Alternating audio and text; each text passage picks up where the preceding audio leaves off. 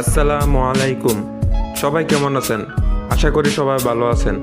আজকে আমরা এই ভিডিওতে দেখব কিভাবে আপনি খুব সহজে ওয়াইফাইয়ের পাসওয়ার্ড দেখবেন। চলুন শুরু করা যাক। প্রথমে আপনি উপর থেকে এটা বারটাকে টান দিবেন। টান দেওয়ার পর এখানে দেখতে পাচ্ছেন ওয়াইফাই একটা চিহ্ন, এটার উপর ক্লিক করে ধরে রাখবেন। ক্লিক করে ধরে রাখার পর আপনাকে নিয়ে যাবে ওয়াইফাই সেটিংয়ে। ওয়াইফাই সেটিংয়ে যাওয়ার পর সাইটে দেখতে পাচ্ছেন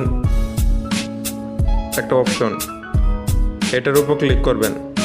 ক্লিক করার পর এই কিউআর কোডটা স্ক্রিনশট দিবেন।